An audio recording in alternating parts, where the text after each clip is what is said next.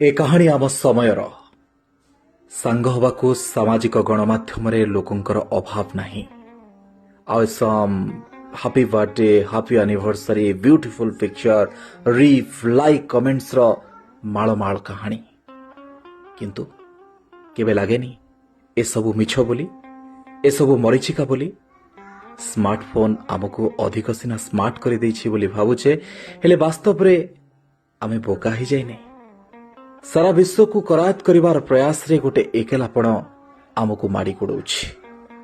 Social media रे हजार हजार बंधु अनुगामी किंतु सत कहंतु तो वास्तव रे आमे केते एकुटिया गोटे जंत्रु सकाळ आरंभ आउ सेठी शेष भी हो जाउछि। मानसिक भावे आमे गभीर प्रभावित निज चारिपाखर प्रत्येक उपादान रे खुशी खोजुथबा मनीष एवं आज गोटे जंत्र रे खुशी अंडाळुछि। शेष बेलू सबु आवेग भाव प्रवणता स्नेह प्रेम भल पाइबा समाधि नहीं सारी अवशेष मेंचाए अफसोस। निजर मतामत शेयर करेंगे।